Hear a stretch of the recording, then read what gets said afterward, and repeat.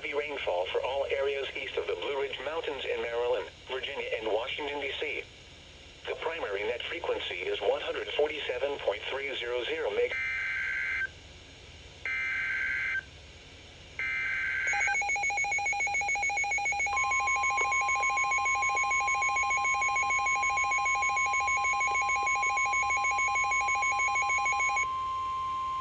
The National Weather Service in Sterling, Virginia has issued a severe thunderstorm warning for northern Harford County in northern Maryland until 3:30 p.m.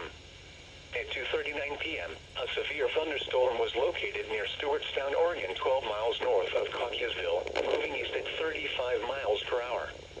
Hazard, 60 miles per hour wind gusts. Source, radar indicated. Impact, damaging winds will cause some trees and large branches to fall. This could injure those outdoors, as well as damage homes and vehicles. Roadways may become blocked by downed trees. Localized power outages are possible. Unsecured light objects may become projectiles.